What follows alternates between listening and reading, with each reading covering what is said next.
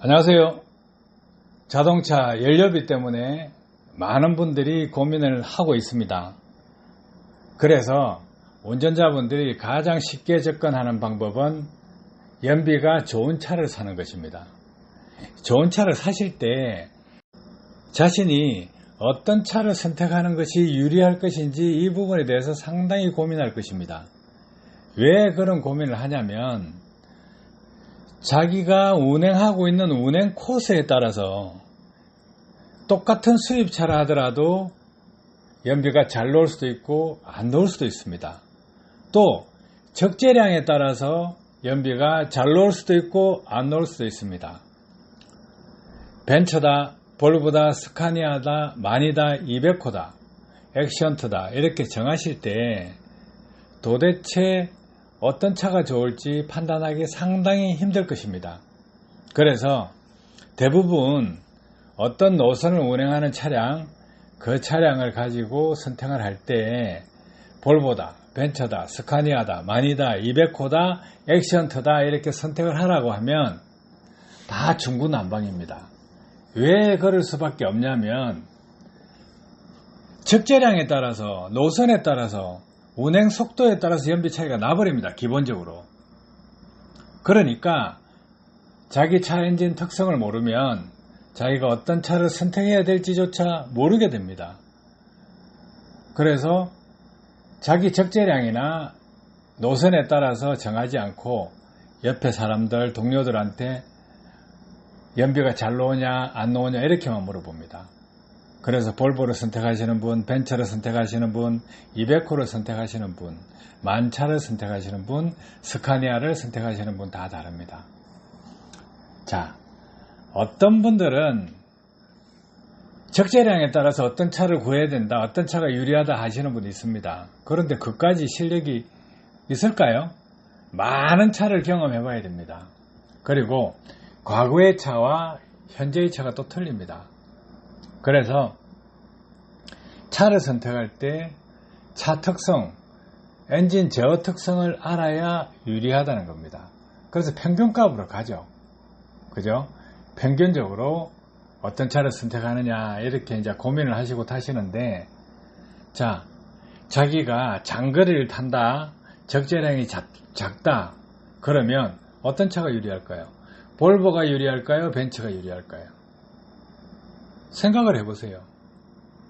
자, 중량짐이 아니고 5톤, 10톤 이런 내피가 작은 적재량을 가지고 왕복 운행을 한다 하면 저 같으면 볼보를 선택하지 않고 벤츠를 선택하겠습니다. 연비만 치면. 그런데 내가 운전 실력이 있기 때문에 벤츠를 선택하지만 운전 실력이 없다 그러면 볼보를 선택하겠습니다. 이런 거예요. 그렇듯이 자기가 운전을 정확하게 할 줄 알아야 연비를 뽑을 수 있다는 겁니다. 자, 이베코다, 마니다, 벤처다, 스카니아다 이런 그 차를 선택하실 때 요새 유로6로 바뀌어가지고 스카니아 차량이 커먼 레일로 바뀌었습니다.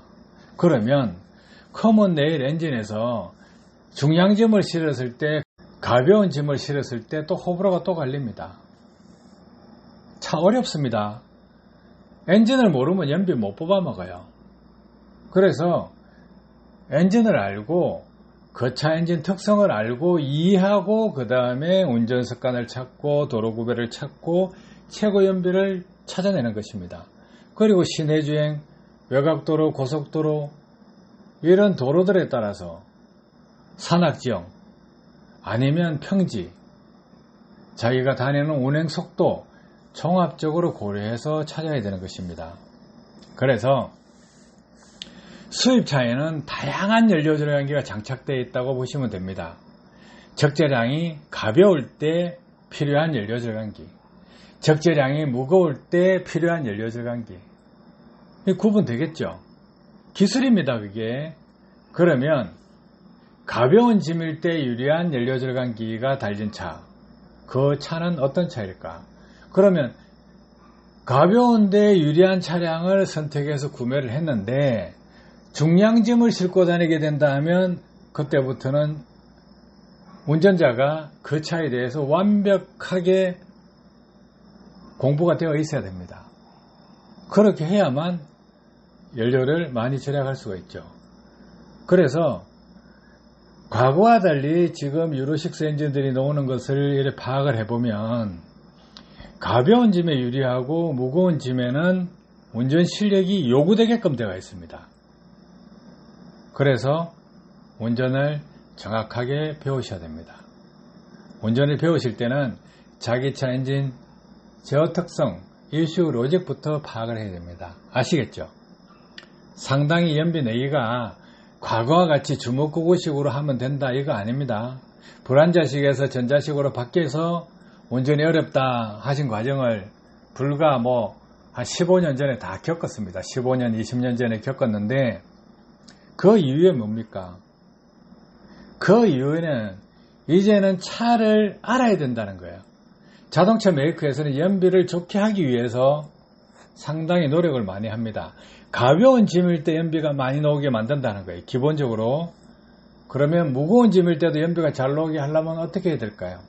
운전을 잘해야 됩니다. 파워텍이 처음 나온 지 언젠지 아십니까? 우리나라의 상용차 화물차 쪽에 파워텍이 제일 먼저 나오는 거, 제일 먼저 나온 시기가 언제입니까?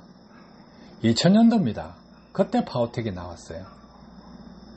그리고 그 파워텍이 과정에 운전자는 모르지만 엔진 연료 분사 제어 파형들이 제각각이었습니다. 단계별로 이래도 해보고 저래도 해보고 해서 제가 아는 것만 하더라도 몇 단계를 거쳤습니다. 그래서 중간에 연료 분사 파형이 계단식으로 제어하는 방식도 있었습니다. 그런 것도 알아야 된다는 거예요. 근데 일반 화물차 차주분들 아십니까? 그런 내용들을 알아야 연료를 절감할 수 있다예요. 아시겠죠? 지금 수입차, 비싼 차 타고 다니시는 분 호불호 많이 갈립니다. 왜냐하면 차를 예민하게 만들어 놨습니다. 운전 못하면 연비 안 나오게, 운전 잘하면 연비 잘 나오게, 가벼운 짐 실으면 연비 잘 나오게, 무거운 짐 실으면 실력 없으면 연비 안 나오게, 이렇게 만들어져 있습니다. 아시겠죠? 연료를 아끼시려면 단순히 운전 습관을 고친다. 어떻게 고칠 거냐예요. 고치려면 자기 차 엔진 특성을 알아야 연료를 아낄 수 있습니다. 지금은 과거와 같이 불안자식, 과거와 같은 전자제어식 이런 방식이 아닙니다.